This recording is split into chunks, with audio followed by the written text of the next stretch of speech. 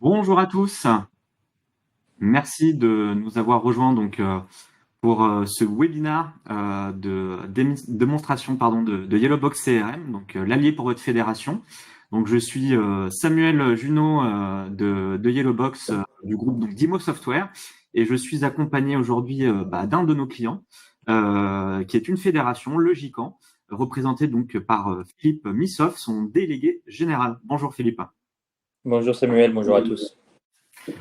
Philippe qui nous donnera son retour d'expérience sur l'utilisation qu'il a de notre outil CRM juste après la présentation, la démonstration que je vais faire d'une maquette qui vous permettra vous en tant que fédération de vous projeter, voir ce que peut faire du coup notre outil. Alors, je vais agrandir mon support de présentation et donc ce que je vous propose, c'est que pour le dérouler, je vais vous présenter déjà, voilà, vous dire qui on est, qui on représente. Ensuite, on passera par une démonstration d'une maquette. Donc c'est un exemple pour votre fédération et donc vous donner déjà quelques exemples de fonctionnalités qu'on pourrait gérer. Et par la suite, on passera donc par le retour d'expérience de Philippe par rapport au GICAN sur son utilisation qu'il a maintenant depuis 2 ans. Et on terminera bien sûr sur une phase de questions.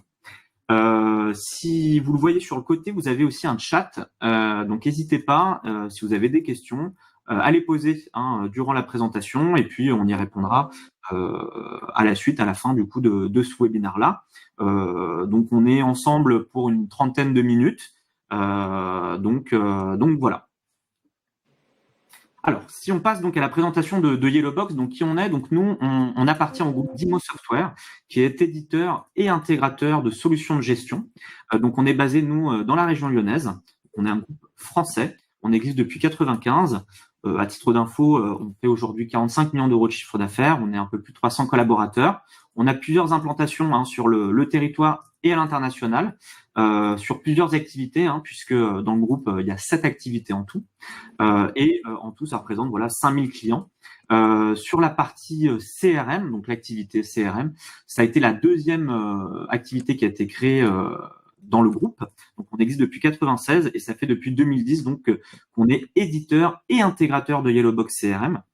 Donc derrière aujourd'hui, c'est plus de 300 clients sur Yellowbox. On intervient sur différents secteurs d'activité, aussi sur le monde de l'entreprise et aussi dans le vertical associatif et pour les fédérations. Donc on accompagne plusieurs syndicats, France Ciment par exemple, Unimev, le GICAN, plusieurs Medef et j'en passe, et des associations plutôt sociales, caritatives et autres comme Vaincre la mucoviscidose, l'association Petit Prince, des choses comme ça. Sur la caractéristique de notre solution, donc une des forces, c'est qu'effectivement, on va être une solution SaaS, c'est-à-dire que vous allez devoir avoir une connexion Internet pour vous connecter à notre outil. Vous aurez la possibilité d'utiliser notre CRM en mobilité via une web app, donc que ce soit sur tablette, soit sur téléphone.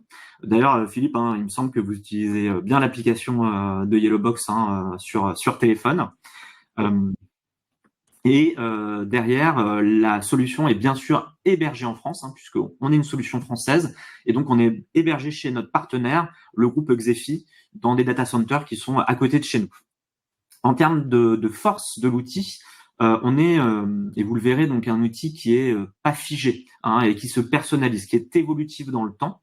On est bien sûr un outil qui est ouvert pour se connecter potentiellement à d'autres outils. Donc, on appelle ça la notion d'interface par API ou fichier plat. Et derrière, un coût d'intégration. Donc ça, le coût d'intégration, c'est le projet, va être, donc c'est un nombre de jours qu'on va initier. Et cette intégration-là, elle sera chiffrée à la suite de la lecture d'un cahier des charges. D'accord? Donc, si aujourd'hui, vous n'avez pas forcément de cahier des charges, on le dira à la fin, mais à la suite de ce webinaire-là, on vous enverra en plus du replay également un document d'aide pour vous aider à rédiger ce cahier des charges, pour vous donner une trame et vous montrer les informations qu'on attend dedans. Sur le modèle économique, donc en plus de la partie intégration, on va être sur la partie licence. Vous allez payer un abonnement avec un nombre de licences. Et ce type de licence, on est sur ce qu'on appelle nous des licences concurrentes. C'est-à-dire que vous n'êtes pas obligé d'avoir autant de licences que d'utilisateurs, d'accord? Ça va être de la connexion simultanée. Donc l'avantage, vous, en tant que fédération, c'est de faire aussi sur cette partie-là des économies, d'accord? Il y aura aussi dans le modèle économique ce qu'on appelle notre centre de service qui va vous permettre en fait par la suite, une fois que l'outil est mis en place, est opérationnel, on va continuer à vous accompagner, d'accord, donc via ce centre de service-là et via un service qu'on appelle de la TMA, tierce maintenance applicative, dont Philippe bénéficie aussi de ce service-là. Il en parlera d'ailleurs durant son retour d'expérience. Mais c'est vraiment vous dire qu'on continue à accompagner nos clients vraiment au fil de l'eau et tout au long de notre relation contractuelle. D'accord ? On a aussi un store, donc comme Apple Store, un Yellowbox Store, qui va donc intégrer des add-ons, des plugins, donc de solutions partenaires. Donc par exemple, ça peut être Jamspot, dont Philippe est aussi client. Ça peut être aussi de la signature électronique document avec UniverSign, de l'intégration de fiches de société via Corporama, et j'en passe. Mais effectivement, on essaye de nourrir en fait ce store-là en créant de nouveaux partenariats petit à petit via notre store. Avant donc de rentrer dans le vif du sujet par rapport à la maquette que je vais vous montrer juste après, vous faire un petit peu un panel des grandes fonctionnalités qu'on va pouvoir gérer dans l'outil. Donc toute la partie gestion des contacts, donc on va pouvoir l'appeler comme on veut, adhérents, bénévoles, mécènes, partenaires. On va bien sûr, comme je le disais, pouvoir personnaliser les champs, puisque par exemple pour le GICAN, dans le cadre du projet qu'on a fait avec Philippe, on a vraiment paramétré, on est parti d'une structure au démarrage et on a après personnalisé, paramétré des champs qui correspondaient à ses besoins et à son activité.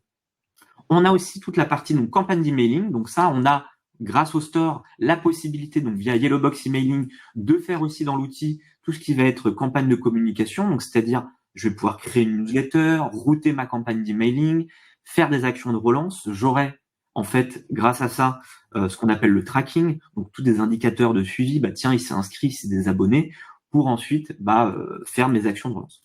Toute la gestion des actions, donc en fait, c'est tout l'historique que je vais avoir avec mes adhérents, donc ce qu'on s'est dit, quand je l'ai ciblé dans une opération de communication, par rapport aux cotisations, est-ce qu'il est à jour de ses cotisations, est-ce qu'on s'est vu sur un événement. On va vraiment pouvoir tracer donc tous les échanges, les interactions qu'on aura avec eux. On peut bien sûr aussi ce qu'on appelle l'édition de documents. Tiens, ça va être, je veux générer un appel de cotisation, un bordereau, je peux générer peut-être d'autres types de documents. Donc ça, c'est des choses qui sont possibles et qui sont à noter d'ailleurs dans le cahier des charges et qui font partie du coût d'intégration. La signature électronique, ça j'en ai parlé. On peut même aller plus loin dans le cadre du marketing. On peut faire du marketing automation où là, on est partenaire de la solution Webmécanique, on est revendeur, où là, en fait, derrière, on va pouvoir aller encore plus loin qu'une solution d'emailing classique, c'est-à-dire qu'on va vraiment travailler sur le comportement en créant des scénarios par rapport au comportement du contact. On va pouvoir aussi gérer tout ce qui est agenda contact, donc on va bien sûr pouvoir synchroniser avec votre boîte de messagerie. Et puis derrière, si vous avez Office 365 ou Gmail, on va pouvoir synchroniser ce qui est contact agenda. Et aussi la Y-bar. Philippe, je ne sais pas si vous utilisez la Y-bar dans Outlook. Non. Encore. Ce qui vous permet derrière d'ouvrir en fait votre CRM en bandeau et de glisser plus facilement des réceptions d'emails que vous pourriez mettre en action. La notion d'interface, donc là après derrière, je vais pouvoir m'interfacer avec un ERP, un site internet, un extranet, Jamspot par exemple. Donc Jamspot qui est plutôt un outil collaboratif, comme un réseau social un petit peu externe, pour parler aussi avec vos adhérents et autres. Toute la partie appel de cotisation, donc on va gérer tout le processus, la gestion aussi des cotisations, la notion de prospection, ça aussi bien sûr, une fédération peut être amenée aussi à intégrer de nouveaux adhérents, donc il peut y avoir aussi cette démarche de prospection. Et donc là par exemple on a du Corporama qui peut permettre derrière d'intégrer plus facilement, de créer en quelques clics une nouvelle fiche société par exemple. La notion de pilotage, bien sûr, c'est important pour une fédération aussi d'avoir des indicateurs. Et donc ça, on va pouvoir aussi mettre en place dans le cadre du projet des tableaux de bord, des graphiques. et la synchronisation de la messagerie, donc ce que je disais juste avant, avec votre boîte de messagerie, c'est-à-dire que vous allez pouvoir envoyer un email depuis votre CRM. Ça, c'est totalement possible. Donc écoutez, je vous propose de passer à cette phase de démo. Donc ça va durer un quart d'heure. Je vais vous montrer dans les grandes lignes un petit peu ce qu'on peut proposer et que vous ayez aussi un visu à quoi ressemble l'outil, d'accord. Mais je rappelle bien que tout est personnalisable en termes de couleurs et de champs, de vocabulaire. Alors je vais tout de suite partager mon écran à nouveau. Alors, partager.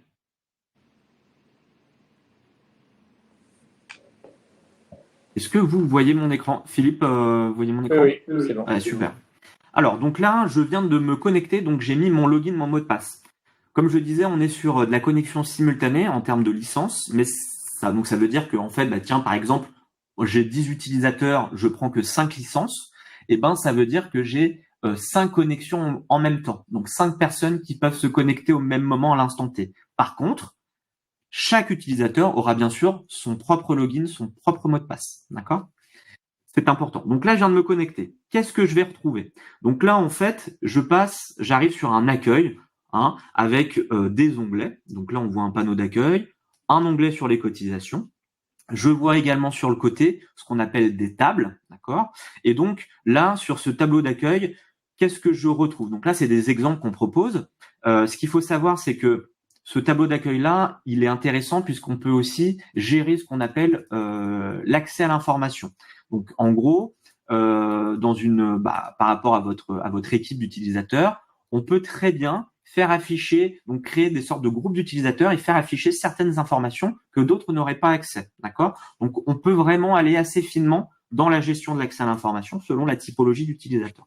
Donc là, on a mis, par exemple, les actions que je pourrais avoir à faire aujourd'hui. Les actions que j'aurai en retard, tiens, il faut que je rappelle un adhérent, il faut que je lui envoie un mail. Les événements que je pourrais avoir dans ma fédération qui sont à venir. La notion de consultation. Donc là, ça va être, tiens, j'ai des adhérents qui me posent des questions. J'aimerais bien pouvoir peut-être, comme un système de ticketing, récupérer un peu cette information-là, lui apporter une réponse, la stocker, l'archiver et peut-être me nourrir après comme une sorte de bibliothèque ou une foire aux questions qui me permettrait par la suite, derrière, de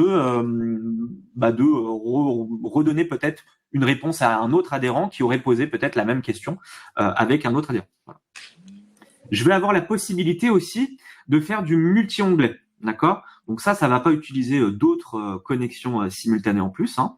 Donc ça, il n'y a pas de souci. Et de voir aussi les utilisateurs qui sont connectés, d'accord? Là, j'ai une recherche full text, full doc qui me permet, tiens, je clique, hop, je veux chercher rapidement une fiche d'un adhérent, je vais pouvoir retrouver l'information. Hein.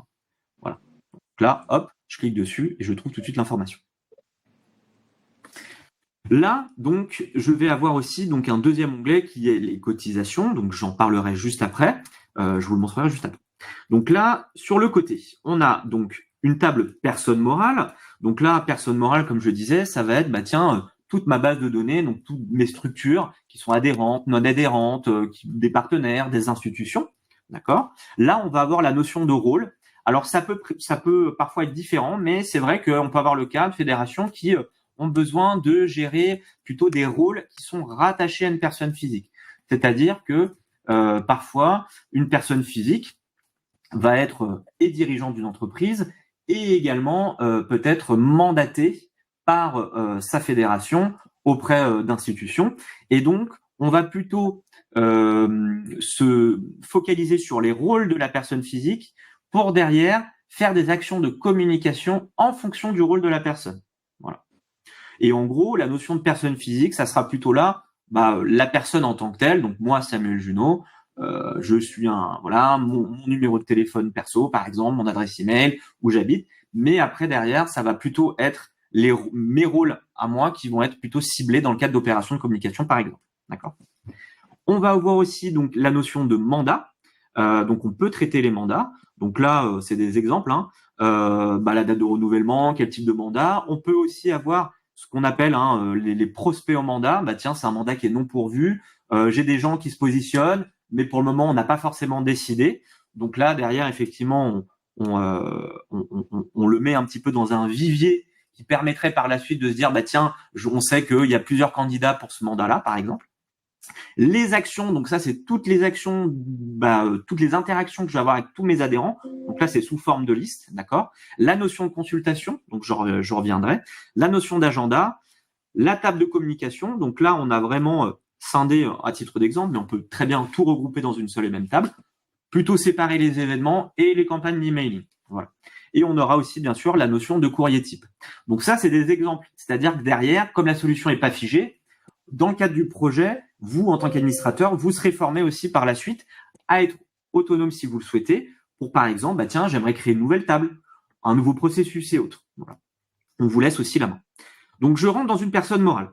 Donc là, derrière, on voit tout mon listing et en fait, vous allez voir que toutes les informations qui sont là, on va pouvoir les retrouver en fait directement dans la fiche de la personne morale. Donc là, j'arrive donc sur ma base de données, je vais pouvoir faire des recherches multicritères, d'accord. Ce qui est intéressant, c'est que je vais pouvoir enregistrer ces recherches en tant qu'utilisateur. Donc, elles se retrouveront en fait directement sous ce bandeau-là, d'accord. Voilà. Et j'aurai aussi la possibilité en tant qu'utilisateur de réduire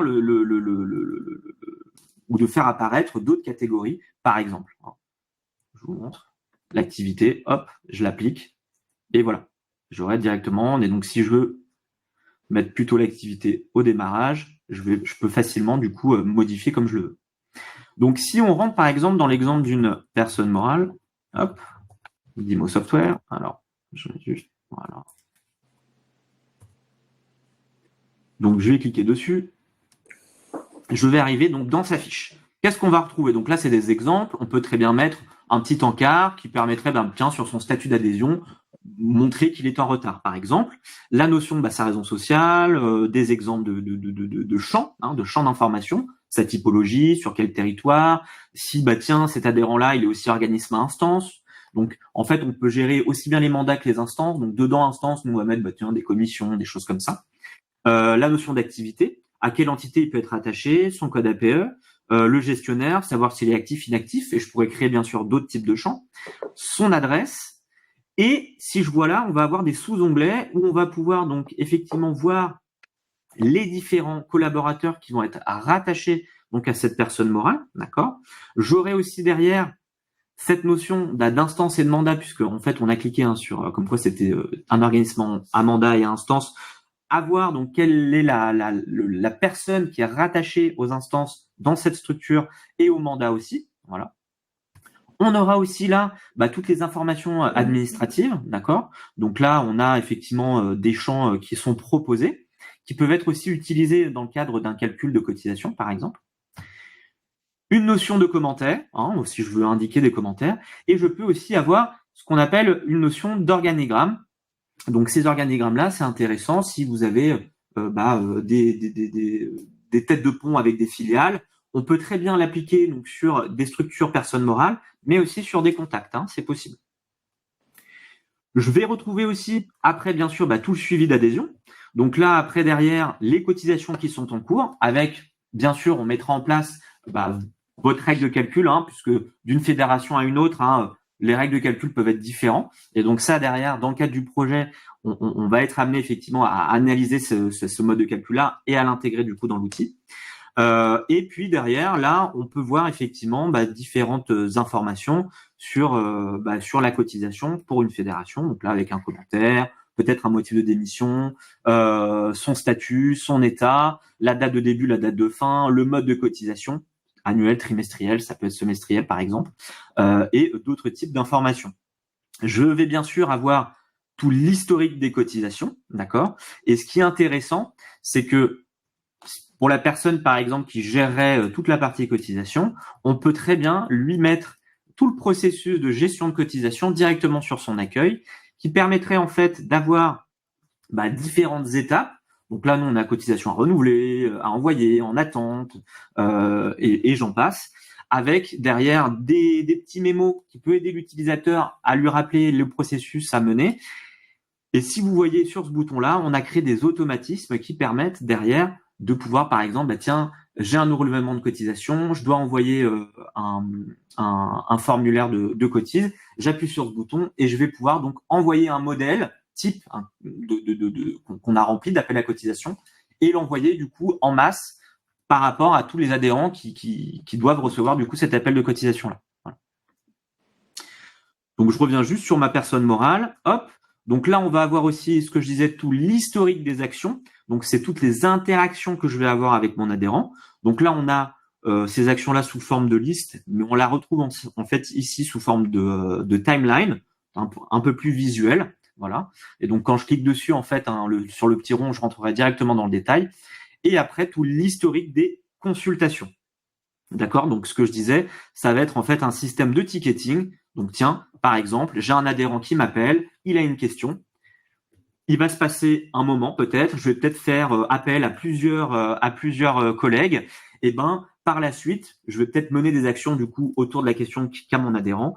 Et au moment donné, je vais lui apporter du coup la réponse que je mettrai là et que je vais pouvoir donc mettre en clôture, d'accord? Et donc je garderai cette trace là directement dans cette table spécifique, d'accord? J'ai aussi cette notion de mandat, comme je le disais. Hein, donc là, on a un exemple type, donc type de mandat, le titre, le pôle, le sous-pôle de mandat. Donc là, c'est des exemples de champs qu'on vous propose. Une date de renouvellement, d'accord. Et derrière, pourquoi pas faire afficher aussi toutes ces informations de mandat directement sur la table accueil d'un des utilisateurs qui gérait cette partie-là. Et puis derrière, bien sûr, on retrouve du coup des sous-onglets que j'avais déjà montré. Donc là, bon, sur la fonction, on peut gérer aussi bien sûr les groupes de travail, les habilitations, la notion de commentaire et autres. Je passe sur la partie donc communication. Donc là, nous, on a scindé effectivement pour vous montrer qu'on peut faire des événements, on peut gérer des campagnes d'emailing. Donc par exemple, ça peut être un forum, un salon. Et donc je vais avoir en effet derrière, autour de cet événement-là, je vais pouvoir mener plusieurs campagnes. Donc des campagnes d'emailing, par exemple, des campagnes de phoning. Et donc, je vais pouvoir directement cibler du coup une population dans mon CRM par rapport à cette campagne-là, envoyer une newsletter, imaginons, et avoir ce qu'on appelle toutes les statistiques qui vont me permettre, en fait, donc c'est le tracking, c'est ça, c'est les indicateurs, pour ensuite avoir les résultats directement par destinataire. Ça veut dire, par exemple, tiens, je fais un événement, je fais un petit déjeuner, j'aimerais savoir, déjà, je vais envoyer un formulaire d'inscription. Potentiellement, il y a un repas le midi, un buffet. J'aimerais aussi savoir si l'adhérent reste.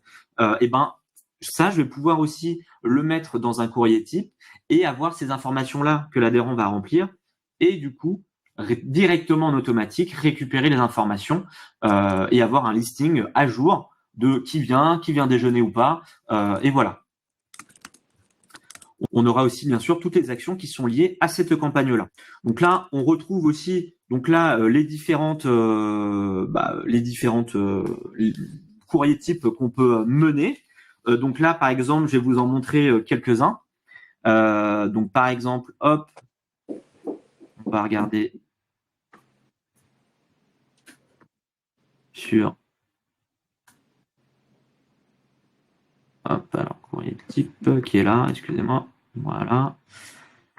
Donc l'appel de cotisation avec, comme je le disais, donc des champs de fusion, le rappel du mode de calcul, le formulaire où l'adhérent va pouvoir remplir ses informations pour qu'en automatique, derrière, la personne puisse avoir tous les éléments, par exemple de masse salariale et autres, directement dans la fiche CRM. On aura aussi la possibilité, donc je vous montre un autre type de document, par exemple, pour un formulaire d'invitation à un événement, j'aurai aussi, la possibilité de dire, je serai présent, je participe au déjeuner ou pas. Et donc, au moment où l'adhérent reçoit cet élément-là, confirme son inscription, j'aurai moi automatiquement cette information.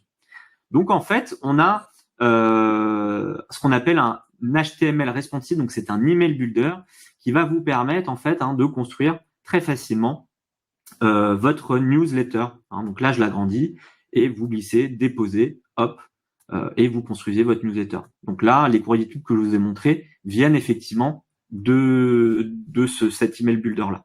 Je peux aussi très simplement envoyer en masse un email plutôt simpliste avec des champs de fusion et autres mais qui n'auraient pas forcément nécessité à être responsive. Je peux aussi passer par ce biais-là. Donc voilà un petit peu un exemple d'une maquette pour une fédération et de ce qu'on peut gérer par exemple dans notre CRM.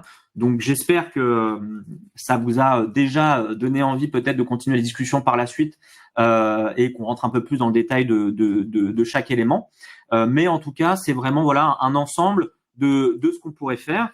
Et donc maintenant qu'on a fait cette présentation donc de Yellow Box, quoi de mieux que d'avoir aussi un retour d'expérience du coup d'un de nos clients, donc Philippe donc du GICAN.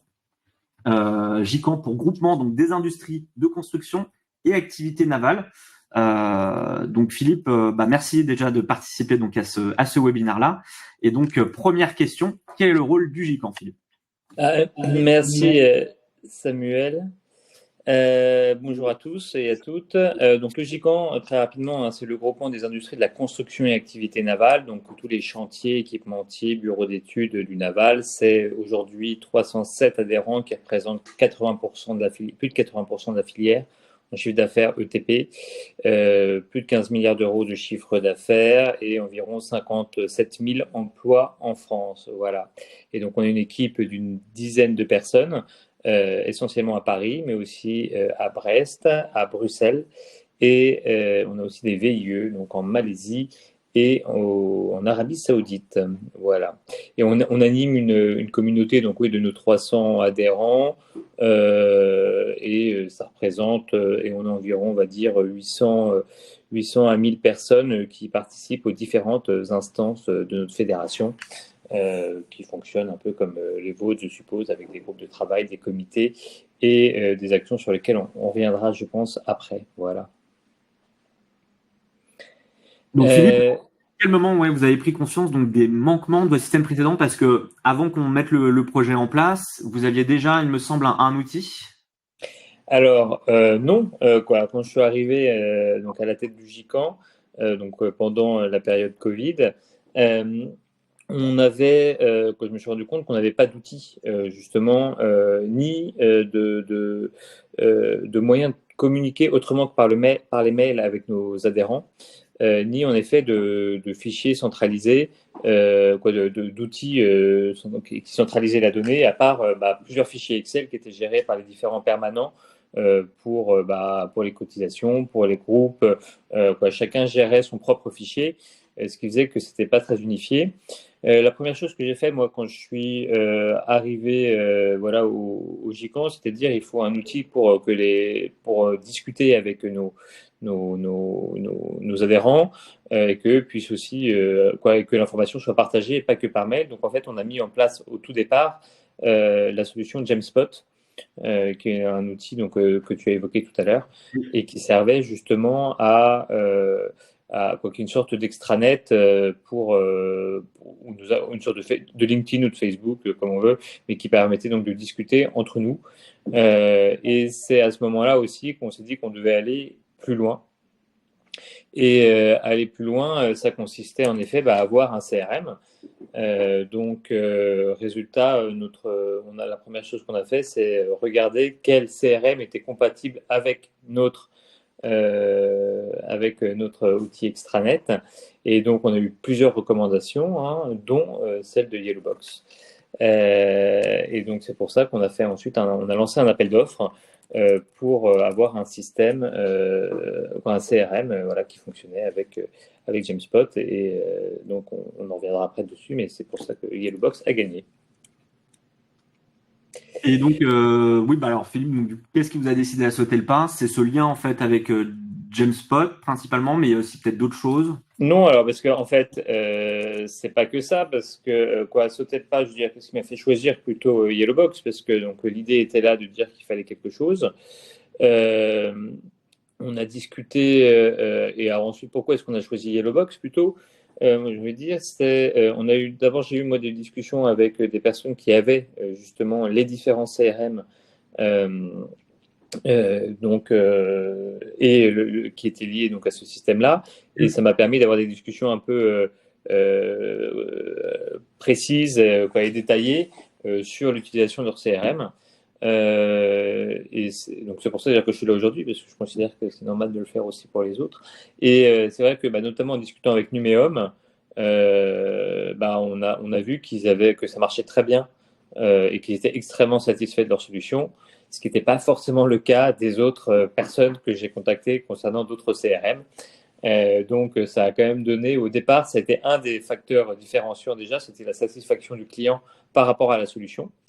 Ensuite, ce qui m'a permis, tu en as parlé tout à l'heure, vous en avez parlé tout à l'heure, c'est la licence concurrente Oui. qui permettait aussi de diminuer quand même les coûts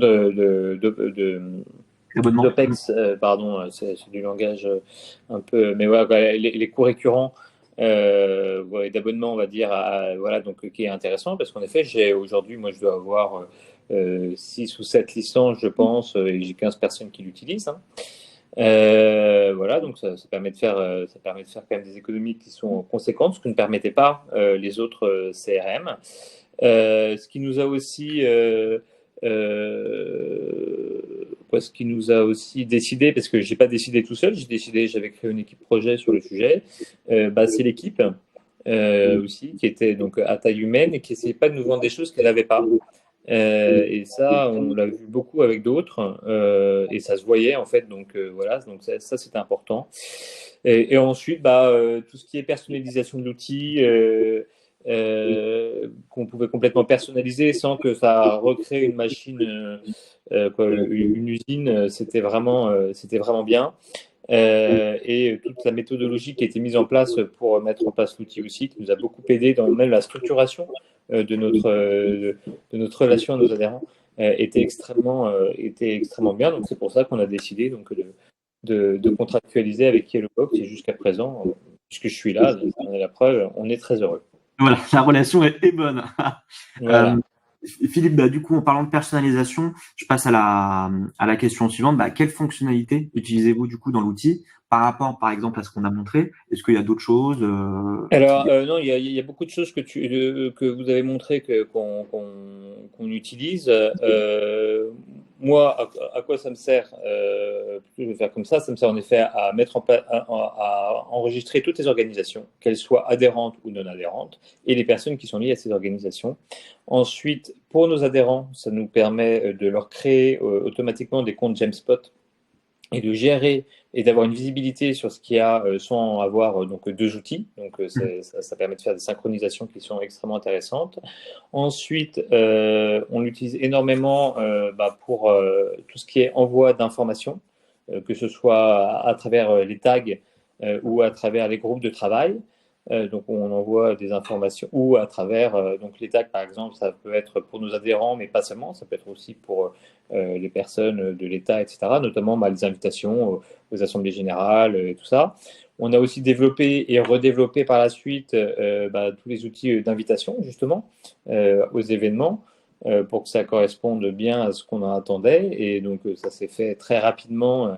Voilà, on a eu une expérience qui était bonne d'ailleurs, mais après on s'est dit il faudra améliorer ça, et on a pu le faire. Et ça, c'est vrai que c'est pratique d'avoir un outil qui est vraiment customisé pour nos besoins propres. On a aussi, on s'en sert beaucoup pour tout ce qui est enquête d'activité. Donc, on demande chaque année à nos adhérents de faire une enquête d'activité, donc qui est liée au CRM. Pour notamment qui nous permettent de définir la cotisation, et donc on s'en sert aussi pour les cotisations. Et cette année, on a mis en place notamment les relances automatiques pour la réponse à l'enquête d'activité et pour le paiement de la cotisation. Donc voilà, qui sont des choses qui sont extrêmement chronophages. Je pense que c'est aussi le cas, parce que je le vois dans les autres fédérations, donc pour vous. Moi, je me sers beaucoup de l'application mobile parce que je suis beaucoup en déplacement et dès que j'ai besoin des contacts d'un de mes adhérents ou d'une personne, je le trouve sur cette base parce que tout n'est pas sur mon téléphone. Mais par contre, c'est sur la base Yellowbox qui est sur mon application, qui est sur mon téléphone. Donc ça, c'est assez pratique. J'utilise aussi. On est une fédération qui est certifiée engagement de service Calliope pour les fédérations. qui est un engagement de service d'excellence pour les fédérations que vous connaissez peut-être, qui a été mis en place par le CEDAP. Et dedans, donc, il y a notamment des besoins de suivi des demandes des adhérents sur certains sujets. Donc, on utilise notamment la fonction, alors pas la Y bar, voilà, mais nous on a des dossiers, un dossier spécial en fait, où quand on le met dedans, automatiquement, ça va lier le mail à l'organisation et donc on peut tracer toutes les demandes mail qu'on a reçues de nos adhérents. Tout à fait, c'est notre façon de faire. Voilà, et ça nous permet de voir qu'on a bien répondu, qu'on a fait dans les temps, etc. Et donc en plus, on a customisé pour pouvoir dire qu'on a bien répondu et qu'on est on n'est pas en infraction, on va dire, dans le cadre de notre process qualité. Voilà. Voilà. Ensuite, on envoie des newsletters et des newsletters pour nos adhérents. On envoie des lettres institutionnelles pour les représentants, pour les parlementaires français et européens. Voilà. Et donc tout ça, c'est géré en fait à travers ce système. Et ça marche très bien, c'est lié à notre Outlook 365 aussi. Donc, dès qu'on a une réponse, elle arrive dans notre boîte mail, ce qui permet aussi, ce qui évite d'avoir à aller dans un autre outil. Mais donc c'est extrêmement pratique. Voilà. Un grand merci, Philippe. Et puis, bon, là, l'avant-dernière question, du coup, en tant qu'utilisateur au quotidien, quels sont les avantages de Yellow, selon vous, pour une fédération? Donc, dans votre usage, alors voilà, peut-être donc sur Yellow, mais peut-être aussi sur l'accompagnement via la TMA. Alors, oui, la TMA, c'est bien pour tout le monde, pas pour les fédérations.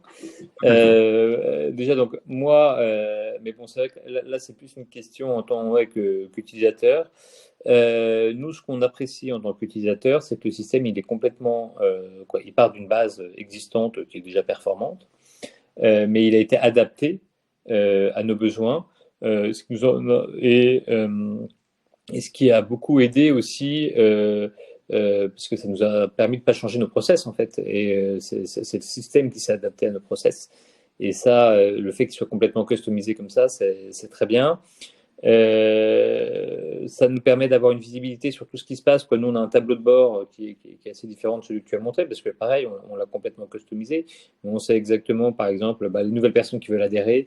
On a les nouvelles personnes qu'on a rentrées dans le CRM, ce qui nous permet aussi d'avoir, quand on y va, une fois tous les 3-4 jours, de voir avec qui les gens ont eu des relations aussi, parce que ou les gens qui ont demandé à être rentrés aussi. Donc ça donne de l'information, les organisations aussi qui ont été rentrées. Ça nous donne aussi un état des lieux des cotisations, en effet, parce que bon, c'est quand même important. C'est le nerf de la guerre. Et donc ça, pour le coup, c'est vraiment très pratique en termes de visibilité, on va dire, d'avoir une vision de pilotage de notre fédération. Voilà, donc ça j'aime beaucoup. Il y a toujours des trucs à améliorer, parce qu'on a toujours plein de nouvelles idées. Et là, on a des idées d'ailleurs qu'on est en train de développer avec les équipes de la TMA, justement, pour améliorer, par exemple, notre site Internet. Et donc là, pour mettre mieux en valeur nos adhérents, ça va passer par le CRM. Et donc, c'est des choses qu'on met en place, on peut toujours améliorer. Et c'est vrai qu'on a donc la TMA, alors je ne sais plus ce que ça signifie. Performance applicative. Voilà, mais avec des gens extrêmement performants qui nous aident. Donc, on prend un pack de plusieurs jours par an. Alors au départ, on avait pris plus parce qu'on s'était dit, mon Dieu, ça va être l'enfer. Et puis finalement, maintenant, on a pas mal réduit parce qu'on réussit à faire des choses. Parce qu'on s'était dit, alors, ça va pas être l'enfer. On s'est dit, on a dû oublier plein de trucs, donc on prend le max et puis on verra après. On avait pris 6 jours. Je crois qu'on n'a même pas utilisé, on a utilisé la moitié. Je crois. À 4. 3 ou 4, voilà. Donc voilà, et donc maintenant, voilà, mais on a des projets, on les fait avec eux. Dès qu'il y a un problème, ils sont extrêmement réactifs. Et dès qu'on veut faire une amélioration, parce qu'on se dit, ah bah tiens, ce serait mieux de faire comme ça, on regarde ensemble combien de temps ça prend, et on le fait, et on décide de le faire ou de ne pas le faire. Et en général, on le fait parce que c'est des choses qui nous apportent beaucoup, notamment là, tous les automatismes qu'on a mis en place, ils sont passés par la TMA, parce qu'on n'y avait pas pensé au départ, en effet. Voilà. Les autres choses que je trouve utiles, c'est le club utilisateur, Samuel. Oui. pas si tu en as parlé. Alors, le club du Nant, effectivement, on organise des clubs utilisateurs, tout à fait.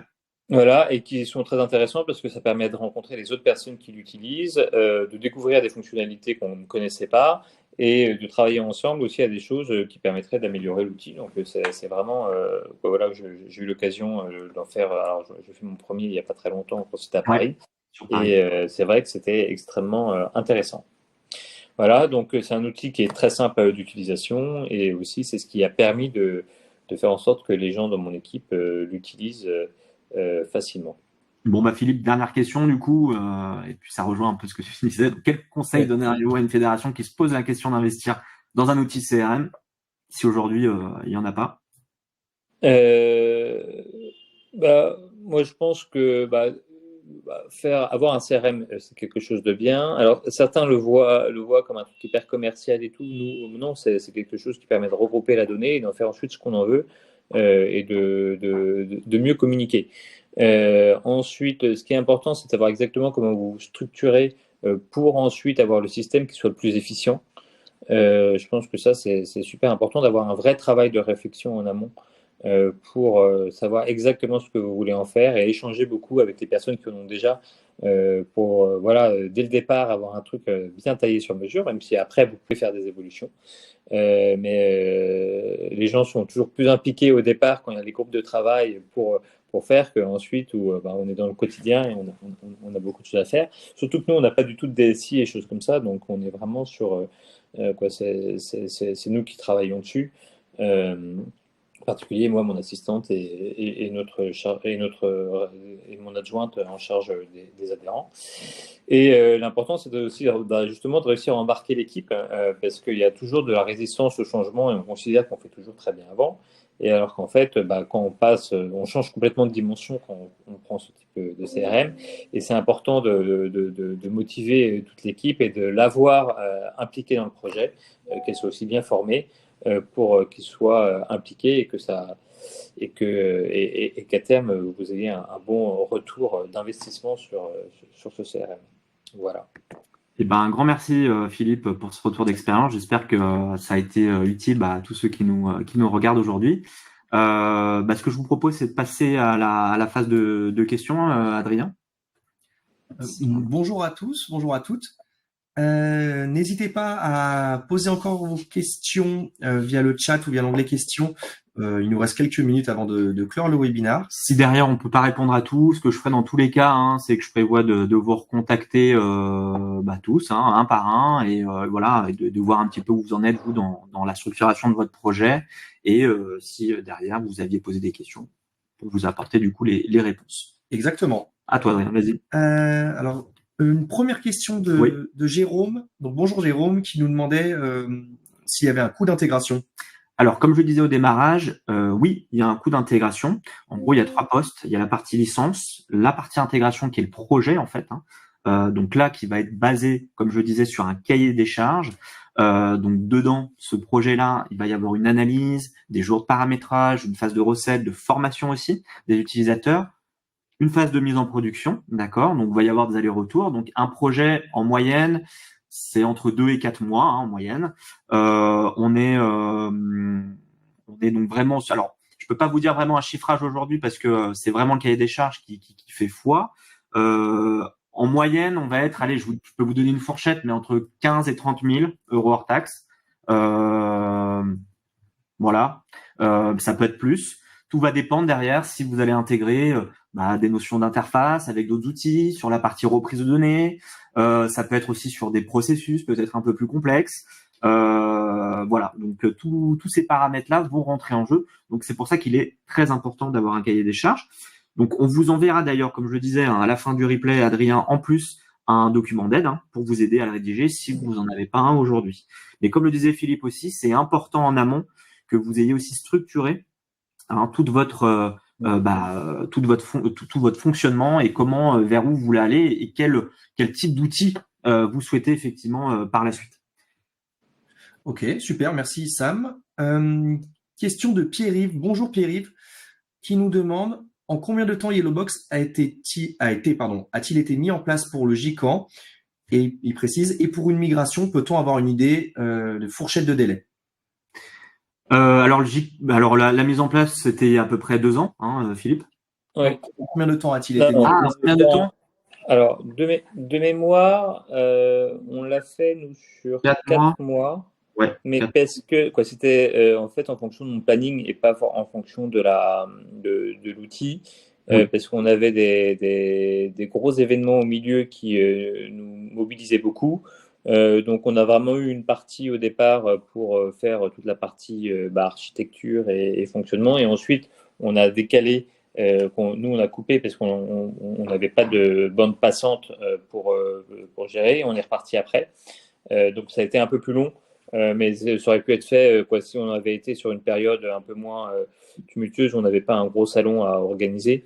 Ça aurait été fait plus rapidement. Mais en tout Donc, cas, voilà. et ça a été fait, surtout, ça a été fait selon le calendrier qu'on s'était fixé, et on a respecté les délais, quoi. Tout à fait. Et là, là-dessus, on est flexible sur cette partie-là. Mais il faut compter au moins. Il y avait quand même un délai un peu incompressible. Je Oui. pense que Oui, il était de 2 mois à peu près, non? c'est ça, à peu près 1 mois et demi, 2 mois, ouais, Voilà. avant de démarrer, tout à fait. Et Pierre-Yves précisait la question au niveau de la migration. Est-ce que ça a un impact sur le délai? Parce que j'imagine que du coup, Pierre-Yves doit être équipé et poser la question au niveau d'une migration. Bah après, tout va dépendre, hein. En fait, sur la phase de reprise de données, on va au démarrage vous demander simplement un jeu de données, pas toutes les données d'un seul coup, et après donc la vraie phase de reprise de données. Mais de toute façon, ça sera calé effectivement avec le consultant au démarrage, hein, pour qu'il n'y ait pas de difficulté, quoi. Ok. Nous, en fait, on partait de rien. Donc, alors, on n'a pas parti exactement de rien parce qu'on avait bossé pour JamesSpot. Donc, résultat, en fait, on a exporté les données CSV de JamesSpot, mais qui n'étaient pas du tout aussi riches que celles de notre CRM actuel. Mais ce qui a permis de créer on va dire, le minimum d'infos qu'il fallait qu'il soit dedans pour nos adhérents, pas pour les extérieurs. Et ensuite, c'est nous qui les avons remplis avec en effet des fichiers et des choses comme ça, mais il n'y a pas eu de migration, résultat, au sens propre du terme. Ils sont partis de rien. Super. Donc, merci Philippe et merci Pierre-Yves. Une question de Marie-Lucille. Donc, bonjour Marie-Lucille.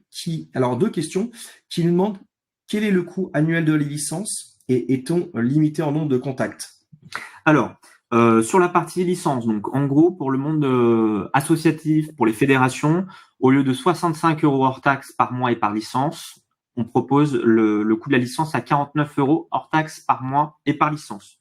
Il n'y a pas de limitation dans l'intégration d'un volume de contacts dans le CRM, c'est illimité. Voilà.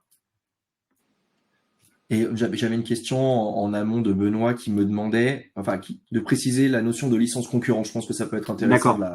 Bah alors, en gros, c'est de la connexion simultanée. Donc, c'est-à-dire que souvent sur le marché, vous allez sur d'autres éditeurs, bah, j'ai un utilisateur, je dois du coup y associer une licence, un abonnement automatiquement. Donc, j'ai 10 utilisateurs, c'est 10 licences. D'accord? Là, derrière, ça va être, bah tiens, on est 10. On préconise, nous, généralement 50, 60%, peut-être plus en fonction de l'usage que vous avez, mais du nombre de licences par rapport à la population totale d'utilisateurs que vous avez. Donc, par exemple, sur 10, peut-être 6 licences pourraient suffire. Et donc, 6 licences, ça veut dire 6 connexions simultanées. Donc, 6 personnes qui peuvent se connecter à un même moment, à un instant T. Donc, ça veut dire que les 4 autres qui voudraient s'y connecter, si les 6 sont déjà connectés, pourraient pas. Il faudrait qu'ils attendent leur tour. Après, on peut très bien, en tant que l'administrateur, hein, celui qui va être formé notamment dans le cadre du projet, il y a la possibilité de mettre des règles de déconnexion, hein, avec une durée. Par exemple, bah, tiens, l'utilisateur touche pas sa souris pendant 15 minutes, on déconnecte son profil et ça libère un port de connexion pour un autre utilisateur. Par contre, comme je le disais, ça veut bien dire quand même que les 10 utilisateurs vont bien sûr avoir chacun leur login, leur mot de passe et leur espace. Voilà. Super. Et nous, on est connecté en fait directement à travers OneHote, le système de Microsoft 365. En fait. Oui, en Hôte 2, ouais. Tout à fait. Hôte 2, merci. Ok, donc n'hésitez pas dans les dernières minutes avant de clore le webinaire. Donc j'ai une question. Alors bonjour Marie, qui, je pense, n'a pas bien compris la TMA, donc la tierce maintenance applicative, d'accord. et qui nous demande simplement si tu peux la. Ouais, bien sûr. Alors, TMA pour tierce maintenance applicative. Donc, en gros, c'est un service qu'on propose maintenant systématiquement dans le cadre des projets CRM qu'on mène. Donc, c'est en fait une fois que le projet est terminé, donc le fameux coût d'intégration, une fois que l'outil est opérationnel, va démarrer donc cette phase de TMA, donc dans notre centre de service. Donc, en gros, dans le centre de service, il y a deux choses. Il y a le support. Donc, le support, ça va être, tiens, prise en main de l'outil, ou j'arrive pas à me connecter. Donc là, c'est inclus dans l'abonnement de la licence. Et la TMA, donc c'est de la maintenance évolutive. Donc c'est-à-dire derrière, comme le disait Philippe, ça peut être, tiens, j'aimerais faire évoluer l'outil au fil de l'eau. Maintenant que j'ai bien pris la main dans l'utilisation de l'outil, j'ai de nouvelles idées de paramétrage ou autre, et j'ai pas forcément moins le temps de le faire, par exemple, sur certains, tiens, rajouter une table ou rajouter un champ. Et on peut déléguer ces demandes-là directement via la TMA. Et donc, ça peut être aussi, par exemple, en tant qu'administrateur, je sais plus comment faire cette manipulation-là. Est-ce qu'on pourrait peut-être me reformer sur 1 heure ou 2 heures via, du coup, mon forfait de TMA. Donc, voilà, ça sert à ça, la TMA. Et derrière… C'est assez pratique, en fait, notamment quand il n'y a pas de DSI, parce que… Oui. Comment dire, vu qu'on est assez occupé, même si c'est simple en fait à faire, parce qu'on apprend sauf quand on se met à faire des processus un peu complexes, mais c'est toujours bien, on n'a pas forcément nous le temps de le faire, et donc c'est vrai que passer par la TMA, c'est quelque chose que les gens vont faire en un quart d'heure et qu'on a délégué, alors qu'après, si on l'a pas fait nous depuis 1 an, on se dit attends, comment est-ce qu'on fait? Ça va nous prendre 1 heure et qu'on n'a pas forcément. Donc c'est vraiment bien. Tout à fait. Et donc là, derrière, comme le disait Philippe, on est sur des packs. On commence à 2 jours par an, 4 jours, 6 jours, et on a même d'autres clients on peut faire même du sur-mesure en fonction des demandes. Mais voilà. Mais aujourd'hui, c'est quelque chose dans le coût du projet CRM, c'est quelque chose qu'on systématise. Donc la licence, le coût d'intégration et la TMA. Ok. Donc j'ai une dernière question de Pierre-Yves.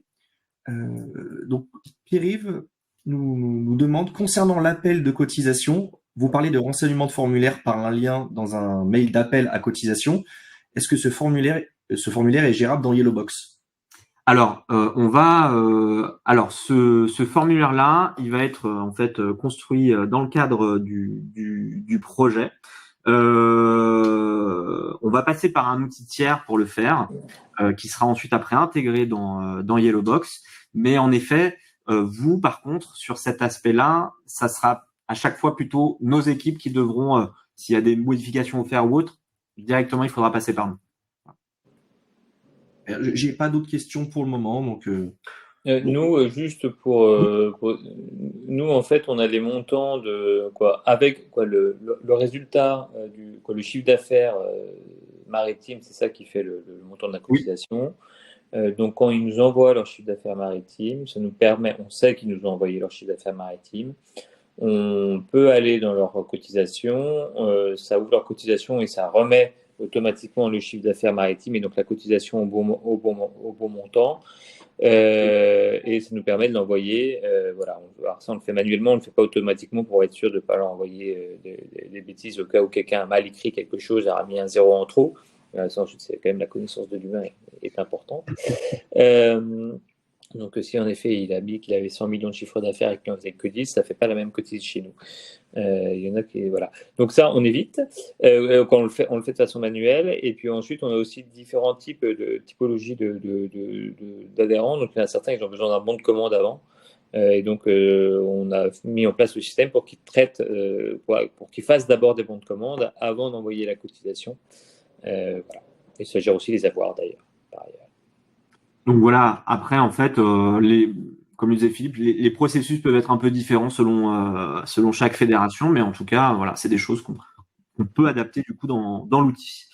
Et écoutez, je pense qu'on peut clôturer ce webinaire-là, qui a duré un peu plus qu'une trentaine de minutes, mais bon, c'est bien, il y a eu des questions, donc j'espère que ça vous a servi. Un grand merci, Philippe, aussi pour ce retour d'expérience. Je suis sûr que ça a aidé tous les participants. Et voilà, comme je le disais, je me permettrai de vous recontacter, faire le point un peu où vous en êtes dans votre projet et voir si on peut continuer peut-être la route ensemble. Voilà. Écoutez, excellente journée à tous et à bientôt. Merci Philippe. Bonne journée. Bonne journée. Au revoir.